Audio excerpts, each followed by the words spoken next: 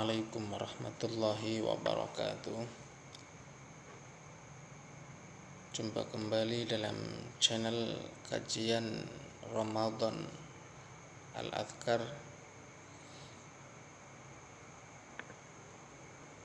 Di pertemuan yang lalu kita sudah sampaikan satu hal yang mewajibkan atau menyebabkan kita wajib berpuasa. Maka yang kedua akan kita lanjutkan apa yang menjadi sebab kita wajib berpuasa. Pemirsa, qala al-muallif rahimahullahu ta'ala wa nafa'ana bihi wa bi ulumihi fid dharain, qala subhanaka la ilma lana illa ma 'allamtana innaka antal alimul hakim.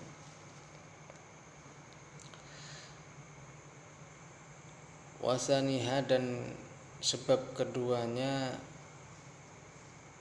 bi ru'yatil hilali adalah sebab melihat hilal.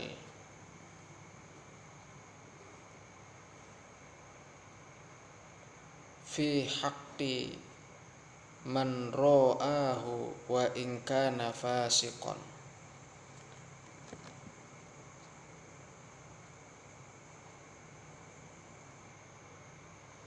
Ini benar-benar bulan itu terlihat, disaksikan, meskipun yang melihat itu adalah orang yang fasik, tapi memang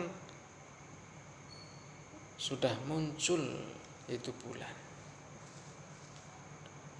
Kapan sih melihat hilal itu?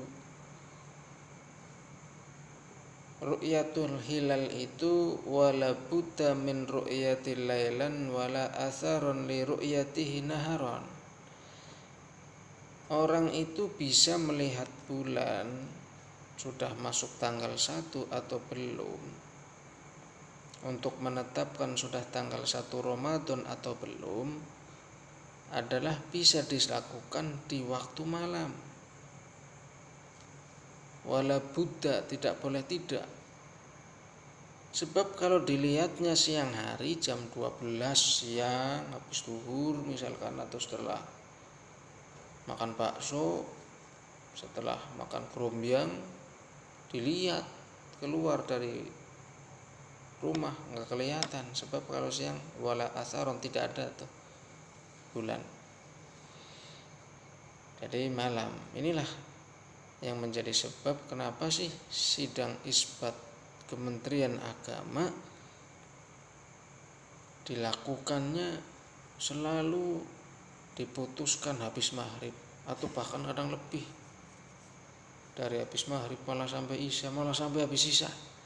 Ya karena tadi rembulan ini baru bisa dimulai kelihatan saat masuk malam pertama, atau masuk saat-saat awal pertama itu ya pas saat ghurubis syamsi, pada saat matahari terbenam. Itulah akhir daripada siang, awal daripada malam.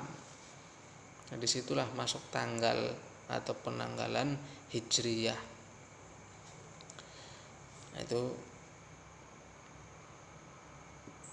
ru'yatul hilal. Nah, kalau sudah terlihat seperti ini pada saat matahari terbenam, kemudian diteropong tampak sekian derajat hilal di ufuk barat sana, entah dari Banten, entah dari Pelabuhan Ratu, entah dari daerah-daerah pesisir pantai yang mana yang bisa dan mungkin di sana dilakukan pemantauan. Di situ kemudian baru ditetapkan, oh terlihat di beberapa titik, maka kemudian ditetapkanlah tanggal 1 Ramadan.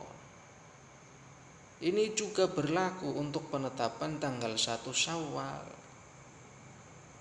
Maka jangan heran kalau ada orang sudah siap-siap tanggal 29 belanja, beli daging, beli ketupat, bikin sayur, bikin lodeh, bikin rendang.